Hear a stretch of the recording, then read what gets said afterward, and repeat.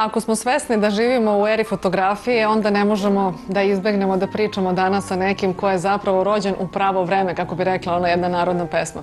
Naravno, kada je fotografija, tu je produkcija, tu je modna fotografija, tu je bezbroj stvari koje jedna obična slika može da promeni. A kažu da slike treba da budu lepe da bi mogle da promene svet. Moj gost je Marko Arsić, reditelj, producent, umetnički direktor BK televizije. Dobrodošao. Dobar dan. Bolje te našli. Dobrodošli ti.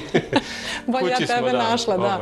Kad kažemo modni fotograf, po čemu se ti razlikuješ u odnosu na ostatak fotografskog sveta? Pa, modni fotograf nije obična fotografija. Treba da se osmisli koncept, da se uredi ideja, da se ispoštuje. Nije samo umetnička fotografija gde čovek, fotograf, juri samo tu svoju umetnost, već tu se razmišlja i tom dizajneru, i tom modelu. Znači, treba da se ispoštuju svi ti neki segmenti da bi modna fotografija izazvala ono zašto i služi, da u očima kupca javi tu neku želju da to nešto što neko vidi, da poželi da ima i da kupi i da uživa u toj fotografiji. Znači mora da se ispoštuje dizajner, model, da se napravi neki koncept, da nije, da kažem, dosadna fotografija, nego da ima neku priču, da ima neku živost. Sada ti si imao brojna iskustva, što po belom svetu, što ovde, osvajao si brojne nagrade. Sa kim ti je bio možda najveći izazov da radiš? Znam da si radio sa Tamarom Bakić na Manhattanu, da ste imali onako jednu vrlo neobičnu spregu našeg prvog modela na Balkanu ikada. Jeste, to je bilo onako, mogu slobodno da kažem, i meni najlepše fotografije, i najlepši editorijal. Radili smo u Njujorku, na Manhattanu, editorijal za Batu Spasojevića i sad se očekivalo od osobe koja, ajde da ne kažem nešto pogrešno, koja ima 83 godine, da neće dati tu energiju. Tamara je dala bolju energiju od mnogih mlađih i boljih modela od nje. Toliko energije, taj šarm koji je imala. Na kraju je dovela do toga jer smo mi na Times Square-u radili posljednji deo fotografije. Dobro, to je taj geografski moment koji uopšte nije zanemarljiv kada je fotografija u pitanju. Mora da se putuje na destinaciju, da se oseti energija prostora. Pretpostavljam i da se svi uklopite prosto u taj... Pa zanimljivo je ljudima da vidi na fotografiji nesvakidašnji. Kao što je njima na Times Square-u bilo zanimljivo da vide Tamaru Bakić, osobu od 83 godine, koja pozira, koja je fantastično. Uopšte nema obzira da su tu okolo normalni ljudi koji šetaju. Da to život prolazi pored nje, da. Ljudi su prilazili da se slikaju sa njom, da traže autogram. Nisu znali koje svi su osetili to što ona nosi, da ona jeste i zvezda. I da toliko godina traje zbog toga što jeste to što jeste. Šta treba model da posjeduje? Danas pričamo ovde o lepoti, o seksipilu, o zanimljivoj geografiji. Rekli smo da dobra fotografija podrazumeva i taj neke lepe predele koji se obilaze baš tendenciozno da bi se dočarao i taj ambijent i sve to. Ali kad pričamo o seksipilu i o lepoti, šta je jače na fotografiji? Šta se bolje vidi? Meni iskreno kao fotografu lepota nije dovoljna. Jer... James Bond u svet nije dovoljan, tebi lepota nije dovoljna. Pa nije dovoljno, jer postoji to nešto drugo što se i na kraju osjeti i vidi u fotografiji. Osjeti najviše kada je tu taj neki šarm, nešto što ta osoba ima, da da emociju, da da tu harizmu koja ima običan model koji je samo lep. Po meni je to kao lutka, prelepa lutka koju smo stavili da fotografišemo i ništa više. Tu se nema ništa da se događa iza, nemamo nikakvu priču. Previše savršeno, previše dosadno. Mora tu da imate neki koncept i da se da emocija, da se da harizma.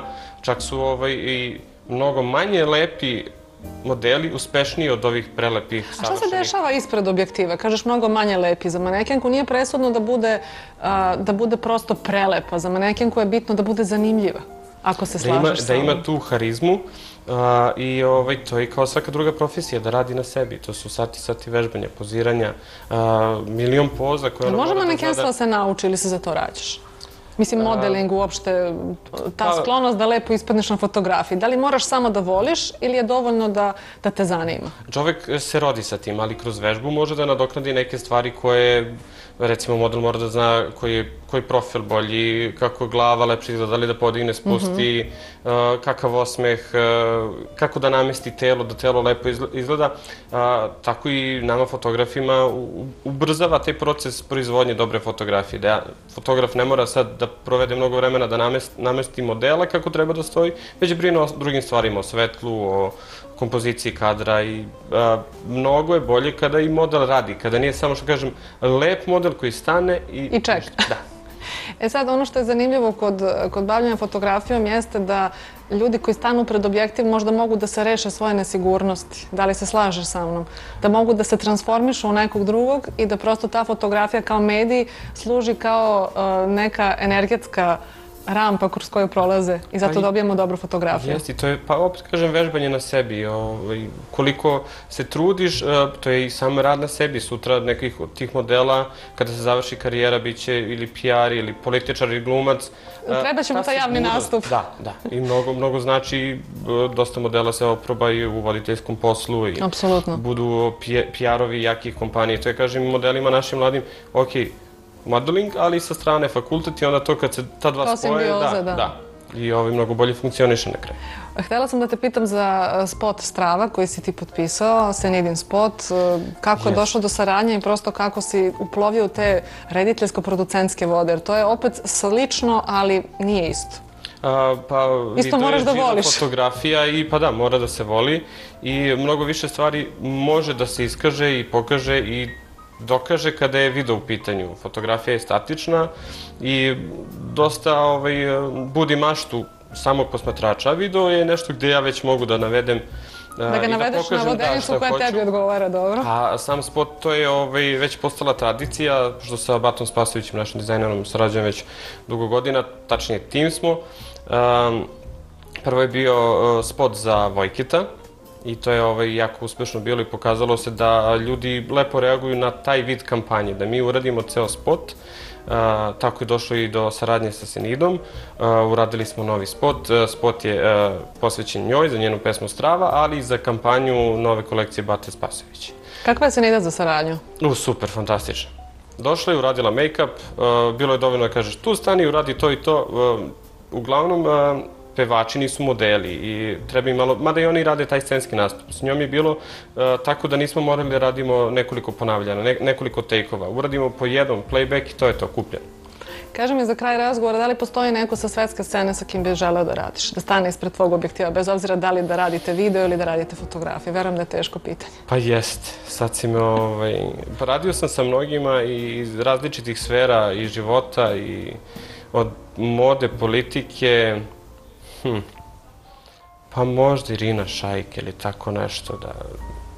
Jedan od najboljih svetskih modela. Možda. Sad si me baš uhvatila nespremnog. A rekla sam da sve odgovore znaš.